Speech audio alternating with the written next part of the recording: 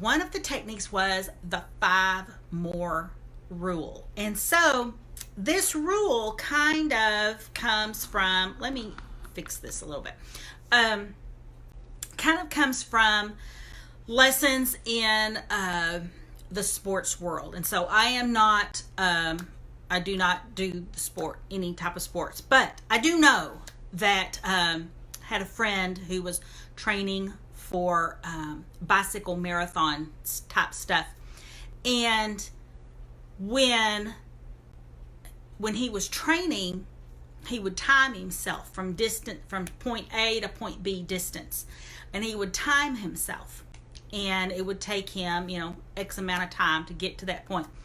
Because he was training for a race, though, he knew in his mind that he wanted to always try to beat his time. So he was always trying to push himself a little bit further, go a little bit faster, so that he could, he knew the race that he was racing for, and he knew what the best time was. So of course, if he wanted to win that race and rank, he needed to try to beat the time. So he knew he had to stretch himself. Okay, so that's kind of how the 5 more rule is.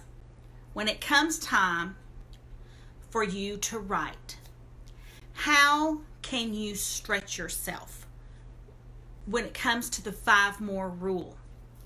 Can you, maybe life is busy and you have said you're going to write 15 minutes a day. No matter what, 15 minutes a day. But is there a day or two that you can stretch yourself and write for 20 minutes?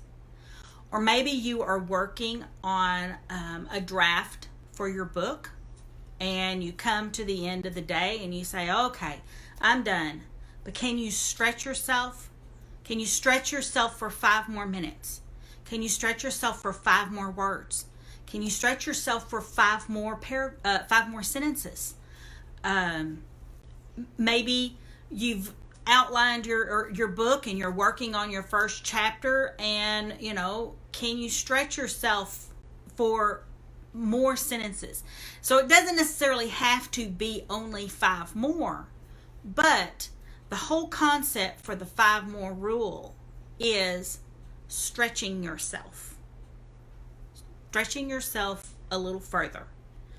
Don't just settle for what you have said you're going to do. So yesterday I actually applied this. So I was working for a client, and I was writing, she needed a book blurb for the back of her children's book. For a children's book, sometimes they have an image, sometimes they have a little bit of about what the story is or whatever.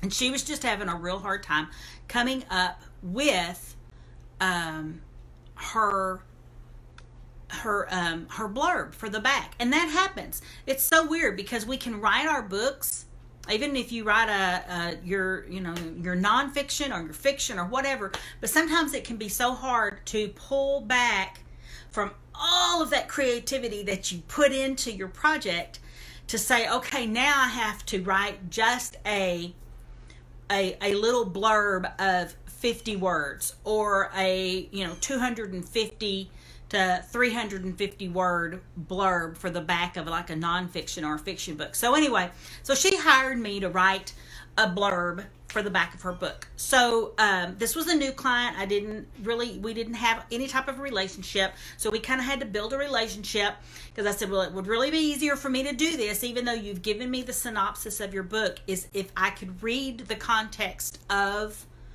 your children's book.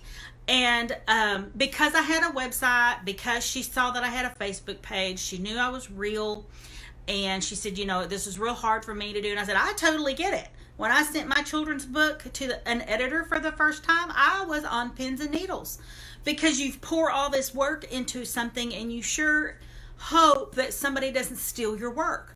And so I told her, I get it. I totally get the apprehension to give your work. I said, but it will really be easier for me if I can see the context and see the story and see how it goes. Number one, I said, my question to her was going to be, is the story in rhyme? Because if the story's in rhyme, then it's kind of cute if the blurb on the back is in rhyme, because that kind of gives people a feel what the book was at. So anyway, she's like, okay, I totally get you. I feel confident with you. Okay, I'm going to send you the book. So I had in my mind that I wanted to send her 10 possibilities, 10 possible blurbs for her to use on the back of her book, for her children's book.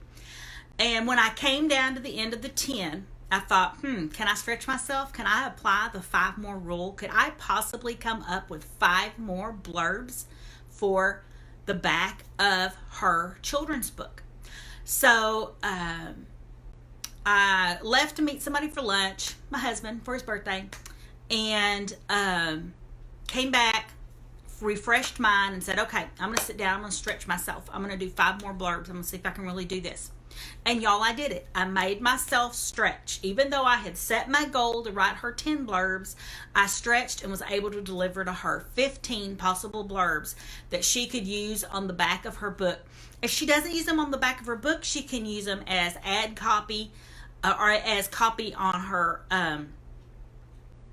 Amazon page describing the book. She could use it in social media posts, or anything like that. There's lots of different possibilities that she could use them for. But I stretched myself. I applied the 5 more rule and was able to do 15 blurbs for the back of her book.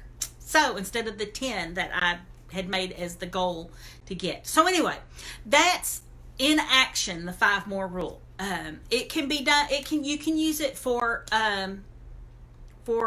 lots of different things, for anything that you're working on, just getting in your mindset. And maybe you can't do it every time. I mean, maybe you're really, really busy and today you have only got 30 minutes to write. You've got appointments and stuff but you've got your 30 minutes and you're going to write, and you're going to be thankful to get those 30 minutes. But is there another day where you could stretch it and say, okay, instead of 30 minutes, I'm going to do 5 more minutes. I'm going to do 35 minutes. Or I'm just going to write 5 more sentences, however long it takes me. Whatever. Just stretching yourself, stretching that mind of yours a little bit further. And we have to do that. We have to do that as writers, as creators. And it happens all across the creation world. If you don't stretch yourself, you get stuck in a rut. If you don't stretch yourself to learn crochet, then all you're doing is a long chain that is as long as the whole distance of your home. If you don't stretch yourself to learn how to curve, to curve around. If you, in anything in creation, we have to stretch ourselves. And I love when I sit and kind of think about the 5 more rule, and think about it. I was just kind of meditating about it, and I was thinking, I wonder if God, and there's nothing in the scripture that says the 5 more rule is an edict from God or anything like that, but I wonder if God kind of played this game with himself of, what 5 more creatures can I create? What little bit something else can I do to change it up a little bit? You think about all the different creatures, the funny ones, the long necks on the giraffe, the platypus that is almost like God was just like, shaking up a bunko box or something and just pulling out all this different stuff and saying, okay, let's make this one. And all the butterflies and the different patterns and did God play this, stretch himself in order to make all of this creation? And that's where I get excited thinking about us as writers, as creators, that God, in the beginning, God created out of everything, he created. That is what he did. And he gives us that same power to create the things that he's planted in our hearts. So that is y'all's little early morning pre-coffee with Kim today. stretching yourself with the 5 more rule. And I hope that it helps you. All right. I will talk to everybody later. Bye.